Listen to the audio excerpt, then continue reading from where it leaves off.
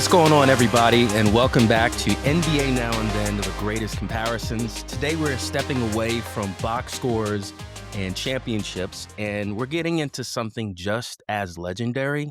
We're getting into signature basketball shoes. What's going on, Maurice and Lucas? How are you this morning? I'm Doing tired, well. but I'm here. Doing well. Yeah. You guys wearing your signature shoes while we're doing this podcast? Once you hear my signature shoe, it's gonna be impossible to wear that shoe. It would have to be a collectible or something. Well, I impossible to wear mean, those in a basketball game. I don't know how they wear Techn those in the basketball game. technically, I Yeah. can get a version of one of my shoes for pretty cheap now, but, they're hmm not really good on your feet. Yeah, I hear you. So we have 6 different shoes that for all the sneakerheads watching and listening, you're going to love this episode. In the NBA, greatness is not just defined by rings, it's defined by footprints. The sneakers that stopped playground games, the pairs that you begged your parents for, from Converse on hardwood to Air Jordans changing the world, from Iverson making Reebok cool again to Shaq proving dominance didn't need to have a high price tag. These weren't just sneakers, they were statements. Today, we're looking back, reminiscing, and debating the signature shoes that didn't just follow the NBA's history, they helped shape it. So lace up, because this episode is about legacy told from the ground up. You guys ready to get into it? Yes, sir. All right, let's do it. All right, so what I'm going to do, guys, is share my screen, and we're going to get a nice visual of each of the shoes that we chose. So we're going to start with the Converse sneaker, worn by what 2 famous players? Anybody know this? Larry and Magic. Yes, Larry Johnson? Larry Bird. Larry Bird. So whose pick was this, by the way? This was my pick. I mean, if you're gonna talk about shoes, we gotta go with the originator, the first ever basketball shoe ever made. Do you guys know what year this basketball shoe was created? I wanna say 81. 81? I want to say 78. This basketball shoe was originally created. I said originally, Okay. 1917. Who? Oh. 19 who? 1917. Wow, Dr. J is that old? No. Believe it or not, it was actually a dude named Converse. And What? I didn't know that. early 1900s, he created a basketball shoe. And then it went on to, playing to use it in the Olympics. And of course, one person got involved with that. His name was Chuck Taylor. And boom, from there on, it went as really pretty much the NBA's only basketball shoe Okay. until like the 70s or 80s. I was always wondering what type of shoe they would wearing, because I don't think they would be wearing, like, clogs or anything in the 50s, but who knows? No, it Clogs. was I don't Or think you boots, wear I don't clogs know. on the basketball Chuck court. Taylor's. Yeah. Yeah, I Mhm. think of these shoes and I think of obviously Magic and Bird doing the commercials, holding up the shoes back to back like they're weapons or guns or whatever. It was an interesting time in the 70s and 80s when it came to the basketball shoe wars. All right, so we have Converse, and the next shoe needs no introduction. We have the first ever Michael Jordan sneakers. I chose this one, and I chose this not only because I had them when I was a kid in 6th grade. I didn't appreciate them at the time because I didn't know how big Jordan would be. No. But once these shoes dropped, everyone had to have them, and especially when you had the black and the red and the white. Did you guys know about the controversy behind his original shoe? Oh, yeah, there wasn't enough, there was too much red, so that he was gonna get fined, and Nike promised to pay for every fine. I think the way the basketball shoes were supposed to be, there's supposed to be a certain percentage of white in the basketball shoe, but this is not the Jordan shoe that he wore in the games his rookie season. Mhm. There was basically no white in it. It was mostly black and red. So that was controversial. And look, the reality is Michael Jordan wanted to go with Adidas. His mom, if you guys have ever seen the movie Air, did you guys see I Air? have. I Yeah, did. yeah, I've seen it. Great story. Matt Damon and Ben Affleck. Jordan was set on Adidas, but because of his mom's, I guess, her due diligence and being prudent and smart, she basically advised him to go with Nike, and the rest is history. Next shoes we're going to talk about are the Reebok pumps, but these aren't just regular pumps. These are Shaq shoes. Who chose Shaq shoes? That would be me. My first pair of basketball shoes ever in 6th or 7th grade was a pair of Shaqs, Okay. and they were the, Walmart brand, of course, for those Mm. that don't really know. I think I even have a pair in my closet somewhere. After his initial deal with Reebok ended, it became one of the most affordable shoes because he partnered with Walmart to make sure that his shoe, unlike almost every other shoe on this list, was affordable to low-income families. Yeah, I think Shaq was thinking not just of himself, his bottom line, his, I guess, financial status when it came to shoes. Most of these shoes are between 20 and $30, and Yeah. if you make it affordable to the masses, you're still gonna make a pretty dime on these too. Yep. So he was thinking, I would say, not just about his financial status, but his legacy. And he knew that kids, who could not necessarily afford Air Jordans or some of the other expensive shoes, he made them affordable. And that's something that you can tip your hat to Shaq for. Shaq just overall good dude, very philanthropic, You very can still giving. buy these today at Walmart. Yeah, you can. Actually, Very I think affordable. yeah, he's partnered with And One too, so you can get, And One socks, I Okay. think. The only Uh, thing missing from these is the Shaq logo with these yeah, hang in the rim. yeah, So I got one of those. yeah, yeah. So Pretty these are iconic the logo, by the way, too, just saying. is very iconic. Yeah. Yeah, Two-hand jam. yeah. So now we're going to the Reebok pumps, which I chose because in the early 90s, there is a particular player that put these shoes on the map. Does anybody know who put these shoes on the map? D Brown. D Brown. Does Yeah. anybody know what team he played for? I just remember him on the Charlotte Bobcats. Oh, he played Um. for Charlotte? I didn't even know that. I'm Yeah. pretty sure. Yeah. It was the Celtics. Yes, the Boston Celtics. So I Either have a that or I'm thinking of a different D Brown. There. oh, yeah, there was more than one D Brown. I The D might be One in thinking the Brown of one in the dunk contest. yet again, I only remember the one in Charlotte that oh, I think he played for the Lakers too, maybe. that's the D Brown that went to Illinois with, Darren Williams, I think? I I not think it's that D 100%. Brown. So different D Alright. Brown. So this D Brown Lucas played for the Boston Celtics in the early 90s alongside Larry Bird. So I have a quote from him real quick to emphasize his experience and how the Reebok pump not only helped elevate his career status, but helped Reebok compete, literally compete against Nike, who was on top of the world in the sneaker world. So D Brown said this: "It's funny, I was the shortest guy in the contest that year. Being a Celtic in the dunk contest was unheard of back then. You normally see these guys during the All-Star game or the three-point contest with Larry, but never in the dunk contest," said Brown. "I knew I had to do something special, and I knew I had to get the crowd behind me because Kendall Gill and Rex Chapman were playing for the Hornets, and the contest was in Charlotte." So, do we know what he did to get attention before he did his famous no-look dunk? He pumped up his shoes. He pumped up his shoes. I Yeah. remember watching that. I don't know if you remember watching that, Maurice, but when he was, I guess, I don't know how many feet from the rim. Maybe he was at half court and he's sizing up his dunk and he's trying to figure out, what is he going to do? But then he leans over and you're like, what is he doing? And he reaches down and presses with his thumbs.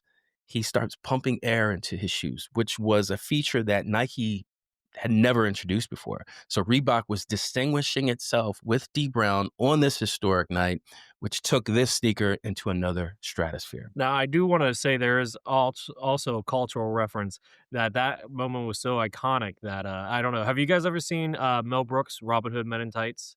Yes, Okay, so I don't know if you guys remember, but Dave Chappelle, who played a Chew in that movie, that's he right. before they started fighting the bad guards, he was like, "Hang on, guys, I need to pump." And then he started pumping his shoes before the fight.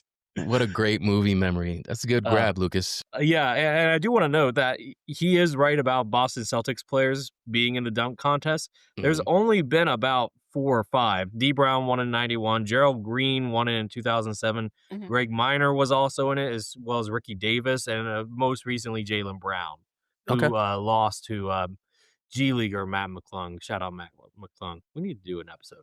And also a cultural reference for all the wrestling fans out there who, old school, not old school, but 15, 20 years ago, a young John Cena would come out Yes, and John pump his Cena. shoes too.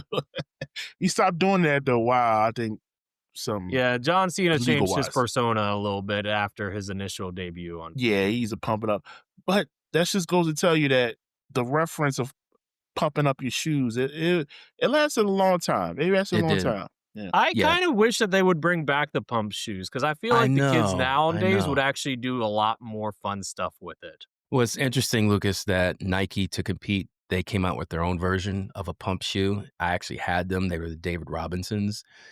I must admit that the pump was cooler because it's the shape of a basketball, where the Okay. David Robinsons were cool, but look, the icon status that you guys just described, it just hits home for anyone who lived during that era. Yeah. It was a moment too. The dunk contest, everybody's watching, even in the 90s at this point. If someone came out with like a new design shoe now and Yeah, did it in the All-Star game, it would probably be really popular. Well, yeah, I think so. I don't know if you guys seen it on Netflix. They actually did. They're reviving Reebok shoes, and Allen Iverson and Shaq are spearheading it. yes, yes, And they do have some names. They got Angel Reese. They got Sabon Bucelis, and they got okay, a kid who's going to be a top 5 pick in the draft from Tennessee, who's wearing the shoe. Last time I checked. yeah. And I think Angel Reese debuted hers either against Caitlin Clark or in the All-Star game. I can't remember which one. I think it was against Clark. Well, I have seen a few episodes of the Shaq and Iverson show on Netflix. Speaking of Iverson and cultural impact, look at these bad boys right here. Ooh, Oh Mm, my smooth, goodness. Look at yeah. these. smooth. Maurice, you picked the Iversons, right? Yes. Okay, tell us why you picked the Iversons. Well, you already started talking about the cultural impact. Now, remember, this is 96. These are the answers. The first sneaker was the question. There was Okay. a question and then the answers. So the answers came out a little later on in 90s, late 90s. Nike was still on top. Air Jordans was still the number one shoe of preference. Hmm. And then this young, popular, exciting guard from Georgetown comes out, and everybody starts to want to play like him because he's small, he's fast, he could dribble and cross people over and score. And it was kind of a trend setting in a different way of pop culture Yep. going into the 2000s. Hip I hop, mean, yeah, the clothes, Yep. the cornrows. yeah, the cornrows, everything. Really iconic in the sense that it helped shift I want to say, culture of the NBA, and I want to say everything else in general. Yeah.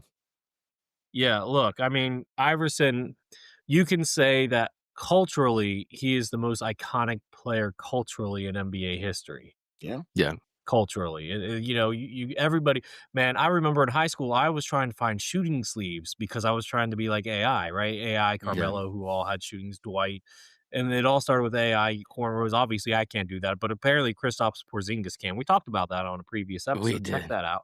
Yeah. Um, but you know, at the end of the day, look, the shoe was the first part of that cultural set because if I remember correctly, Uriah, correct me if I'm wrong, but AI's The Answer was the only shoe that ever actually sold more than Jordans in a single year, if I remember.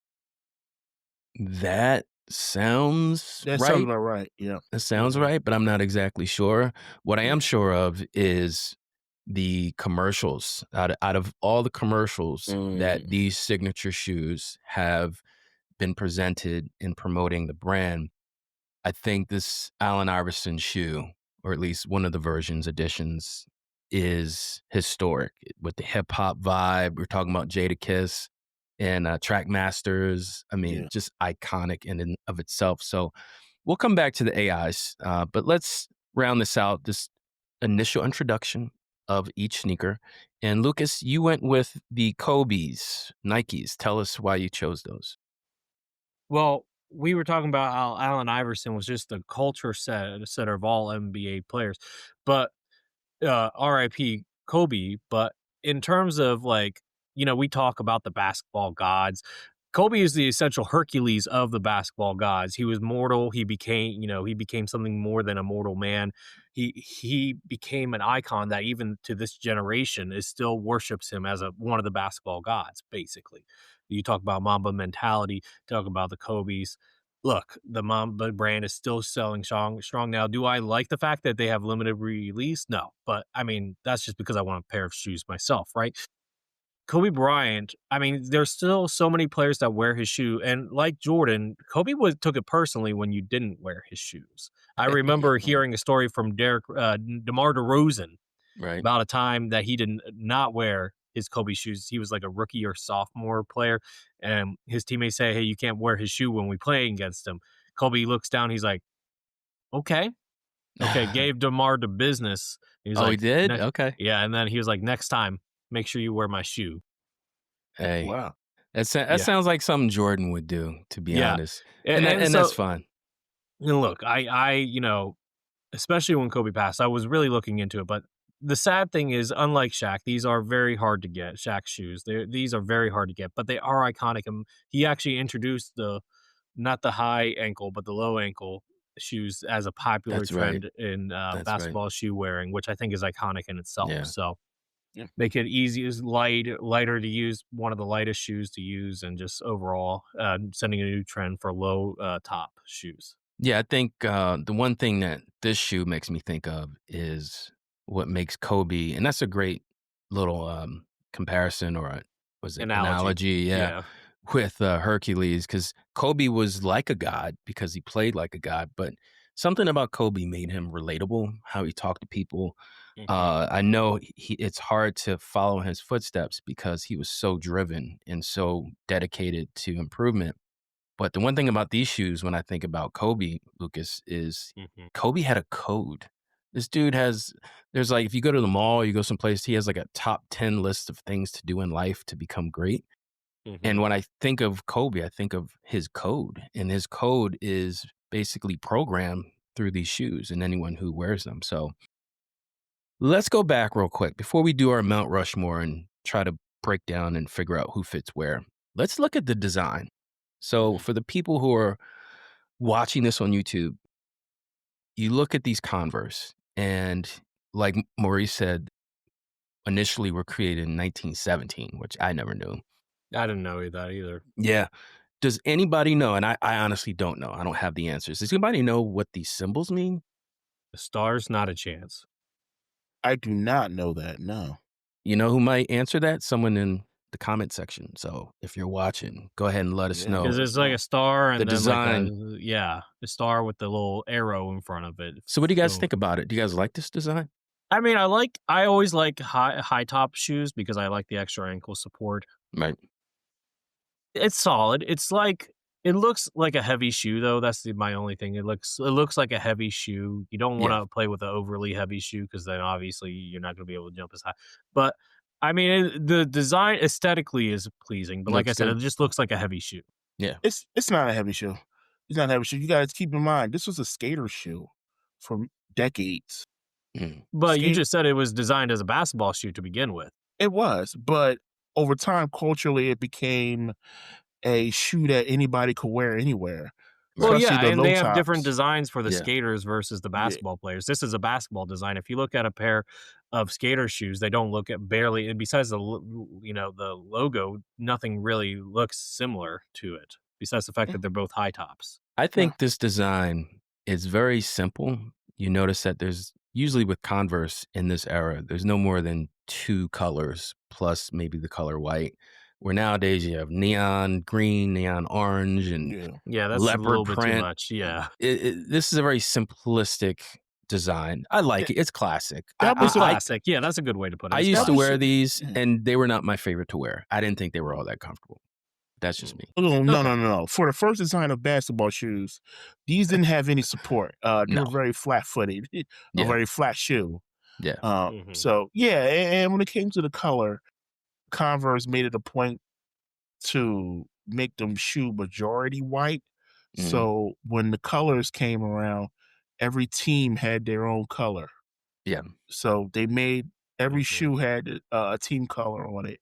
yeah, So it was a universally modified shoe. So where every team had their own colorway.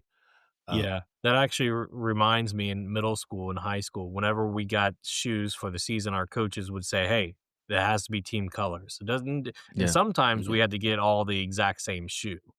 yeah. Yeah. Is it safe to say that this brand launched the explosion of basketball sneaker sales? Yeah, yeah, I think yeah, that's fair. Yeah. Yeah, yeah, I would agree. All right, let's go to the next one. Air Jordans. Now, you notice there's no Jumpman logo on this image. That's because in 1988, I believe it was 88, when the Jumpman logo was added to the Mm, sneaker for Michael Jordan. And from what I understand, David Falk was, I think, the person, David Falk was Michael Jordan's agent, was the person that gave this shoe its nickname, or at least gave Michael Jordan this persona of air, gliding through the air with these Nike shoes that went on to sell billions yeah. globally. So let's talk about the initial shoe design. What do we think? well, I kinda like the old I not to say that I don't like the Air Jordan design, but the logo next to the Nike's icon is pretty solid. Mhm. Um, I thought this isn't the original one because the original one had, like, no white in it, right? Well, this was the brand that people usually bought at the store. This was Oh, not the shoe that Jordan wore in the game. The one he wore in the gotcha. game was more black. Gotcha. Yeah. Yeah, I mean, this is solid. It looks like it gives you support. It has a little bit of an arch. Mhm. Ankle support's good. Its color scheme is solid. Not one color dominating it at any one point. Yeah, I like it. It's solid. Mhm. Yeah, it's one of the classic Jordan shoes. I mean, what else do you really say about it? Besides the logo, the Air Jordan logo instead of the Jumpman logo. This is one of the shoes that, people stood outside in line for a couple hours or Oh, yeah. still Mhm. trying to resell to this day. Oh, yeah. It's iconic. Yeah. Yeah, I'm not trying to knock the design or the logo, but doesn't the Air Jordan, on the ankle part kinda look like something you could design on Canva? Well, I mean, Am it's I a taking a shot? silhouette. I mean, look, it's a silhouette. It was in the '80s, I'm not and they bashing were. it. I'm not bashing it. I love this shoe. I had this shoe. I'm just saying, You mean I how like the simplistic Jumpman. it? I like the Yeah, Jumpman it's better. it Yeah. it's simplistic, but sometimes less is more. We got to keep in mind too, marketing played a huge process in this. Remember the band shoe commercial. That was actually the first Jordans he ever wore in the NBA game weren't Jordans. There was a shoe called the Airships. Okay.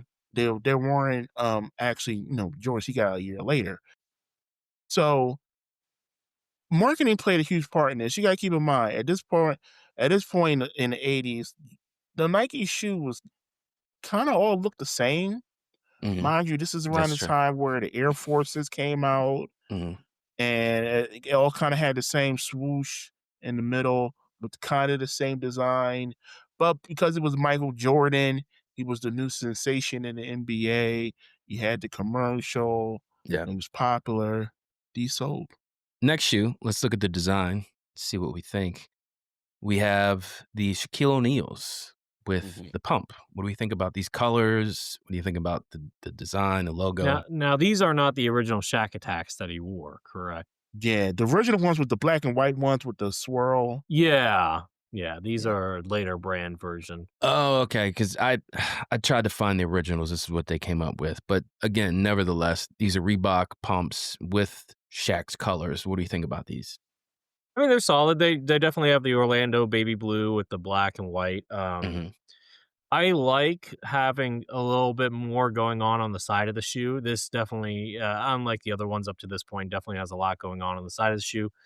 I've always liked ankle support, so these shoes definitely offer that more than probably most other ones, and we know that Shaq's ankles were not always the best. They had to support a lot of weight there. The pumps make them obviously a little bit more interesting, but not part of the original Shaq. And I just want to note here real quick with Shaq's stuff here. Let me just pull it up here. That Shaq had Shaq Attacks 1 through 4. and then he had the Reebok Shacknosis. Um, Shagnosis? yes, the Shacknosis. He also had other models like the Preacher, Reflection, Dunk Mob, and Steel to round out the category. Oh, okay. I have no I don't idea what those are. I'm not a Those are just Shaq the sneaker name of the fan. bottles of shoes that he had. Okay. I will say that, price for these in terms of, like, how much money they made was the deal was around, sold around $10 billion at the time. What? Yeah. 10,000,000,000? Between his whole entire Reebok, not in 1 year, I'm just talking Oh, about okay. over Over time, yeah, okay. Holy I mackerel. mean, yeah, roughly. I might be Yeah. misreading Oh, that, but t I'm 10 Yeah. billion. so he stated that over 4 million pairs of shoes have been sold, translating to roughly about 10 billion units over that time with Reebok. Yeah. Interesting. Very interesting. Of Yeah. course, then again, that might actually no, sorry, that was with Walmart, not with Reebok. That That's was the still impressive. Okay. yeah, because most shoes were between 10 and 19 and $29. Yeah, Lucas reminded me, when he said it, Shacknosis. That was the name of the shoe. Yeah. That's the name of this shoe, the No, Shacknosis. no, these are the Shack Attacks. The Okay, Shacknosis was the black and white ones with the swirl.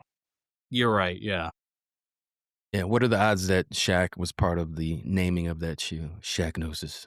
Yeah, no, I right? mean, look, the Shack Attack, He names Shacknosis, everything. all of this is Shaq. All of this is Yeah. Shaq. Gets to name his own shoe. Absolutely. Yeah, fair enough. Another pair of pumps, the Reebok pumps, the D Brown, no look, one-handed tomahawk jam. What do we think about these? Yeah.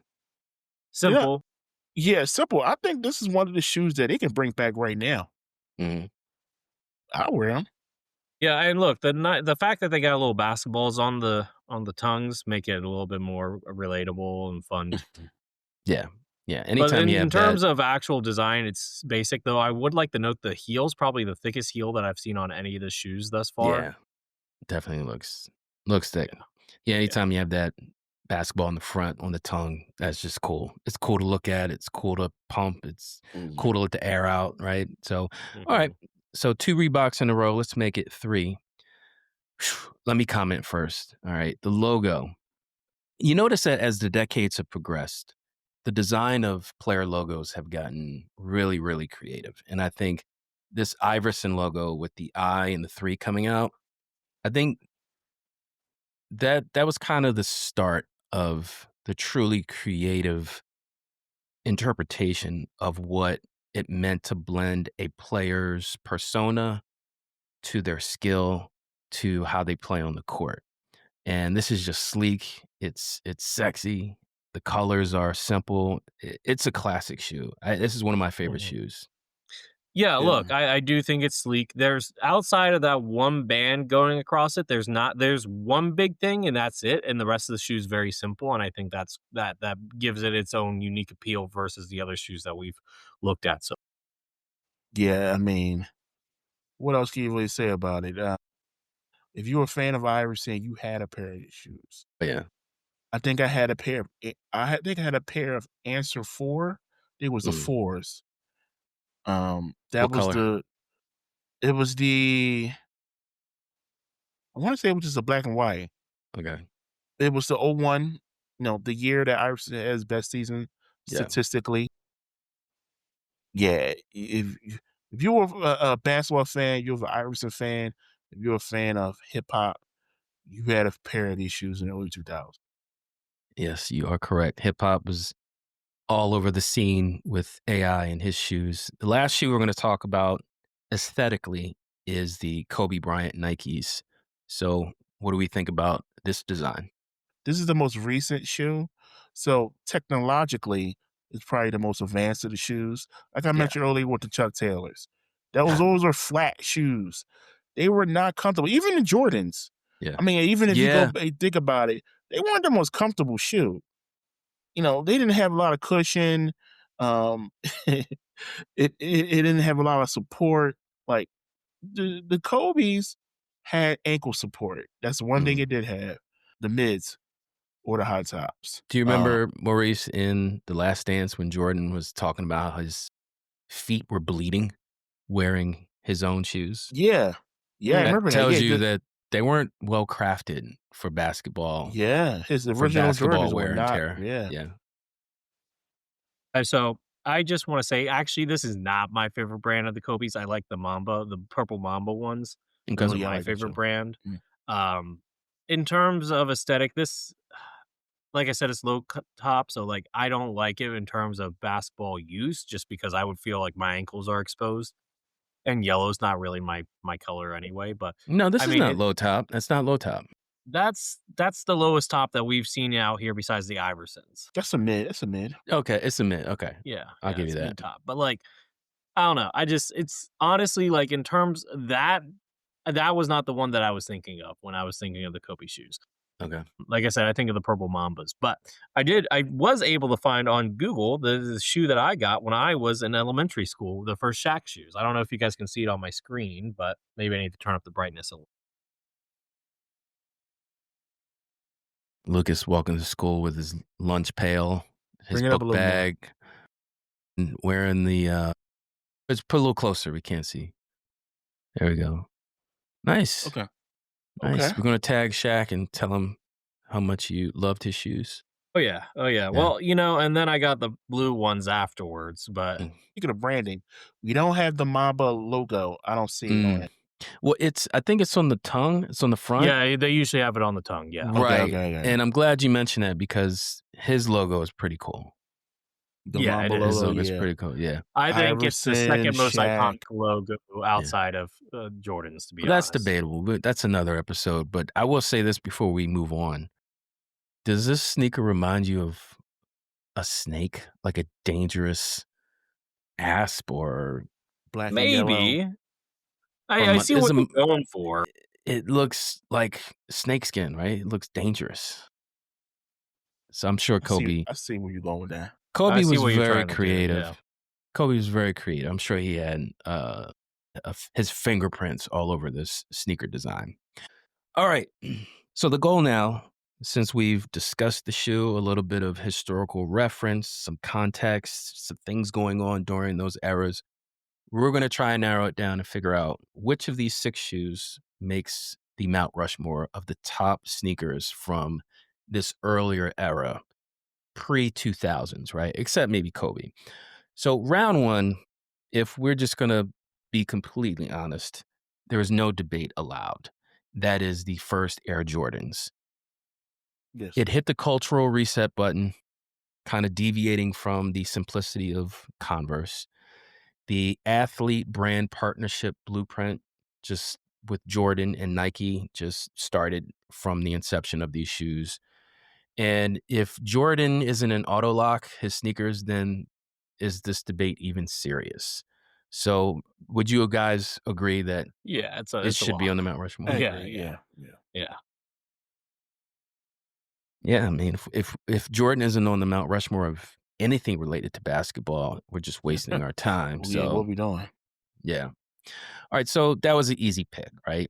But now round 2, if we were to pick out of these 6 shoes outside of Jordan, let's look at the cultural aspect. If you look at emotion over numbers, if you look at how it infused into the culture, especially hip hop in 2000s, you got to go Allen Iverson's Reebok.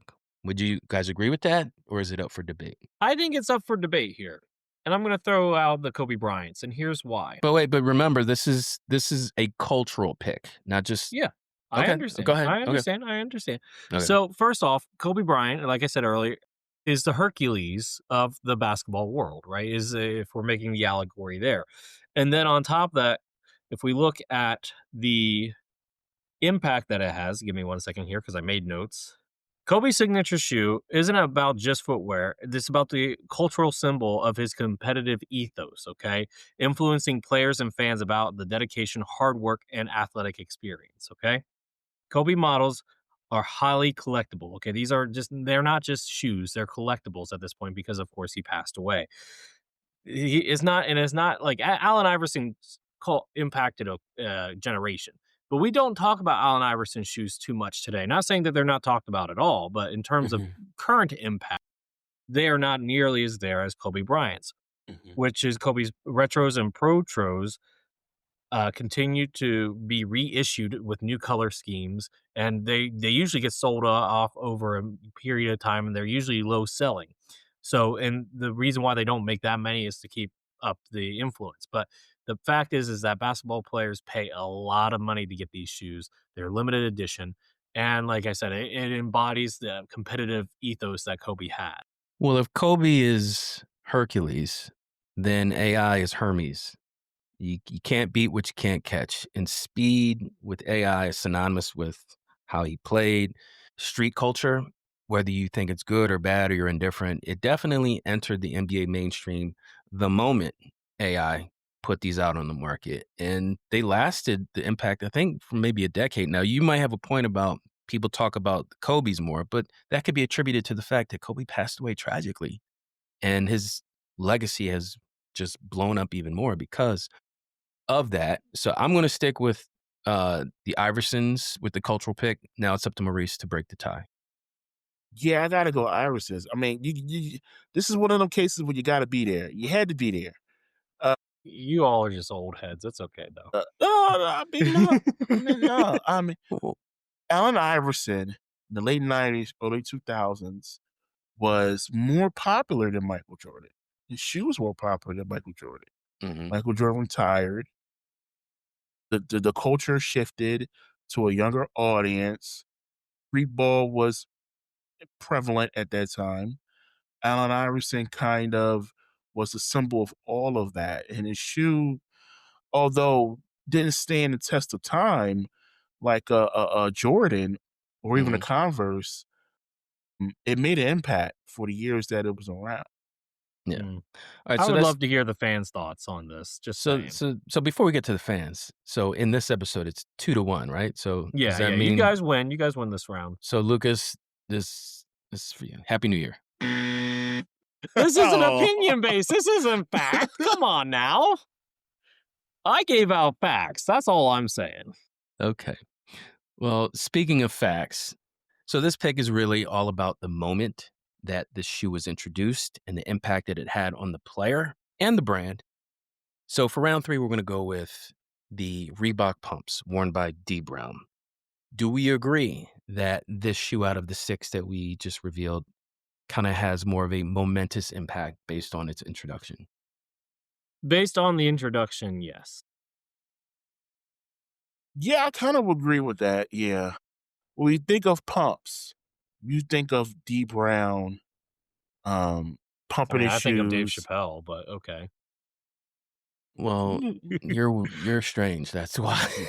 I just like old classic movies, okay? Don't judge me. All Well, right, you are a youngin. That's the problem. You missed it. Okay. You Okay. missed it. All right. well, when you I think mean, of I wasn't even born when this happened. Just Yeah, putting that's the that out point. there. what Yeah. was this, Yeah. 91? Yeah, I Something was like a that? thought. I was 91, a thought. 92, something about Yeah. that. Yeah. Yeah. Yeah. So when you 91. when you say Reebok pumps, the first thing that comes to your mind, if you're knowledgeable about it, is D Brown slam dunk contest, pumping his shoes up. That's what you think of. So uh yeah, I would agree with that. Yeah, this moment will last forever. And if you've not had a chance to see this moment where the Reebok pumps were put on the map during the dunk contest where D Brown was, go ahead and check it out on YouTube. It is a great moment. So we're about to round out the episode with figuring out the last spot, and that would be the controversial slot. Controversy for whatever reason, right? So the last ones we have are the Magic Johnson, Larry Bird's Converse, Kobe's Nikes, and Shaq's first Reeboks. So who do you think makes the last spot? If we're going with controversy, then the Shaq shoes should be it because he did something that nobody else did. He made the shoes available price wise Oh, okay. Yeah. to Yeah. everybody. The most basketball shoes, you're paying at least like even back when I was a kid, like basketball shoes Mm, were at least like $75, like a good pair, like a yeah. signature pair was at least 75. Now you're paying over 120 for most signature shoes. Yeah. So I'm gonna say Shaq's because they were and still are very affordable to most kids. Now, do most kids know who Shaq is? That I mean, as a basketball, maybe as a TV personality, but not so much as a basketball player. But the fact is that they still sell. I mean, I bought a pair of Shaqs for, like, just, like, whatever shoes, like, workout shoes a couple years ago. So, like, Mhm. you know, I would say that in terms of controversial, Okay. because you already got Allen Iverson on the list as, like, the iconic. I would've put in Allen Iverson here as more controversial just because, he went against the grain.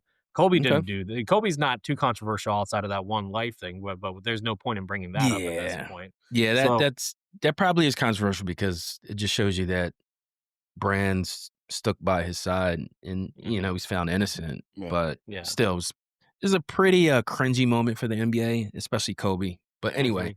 Maurice, who goes in your slot? Converse were the originators.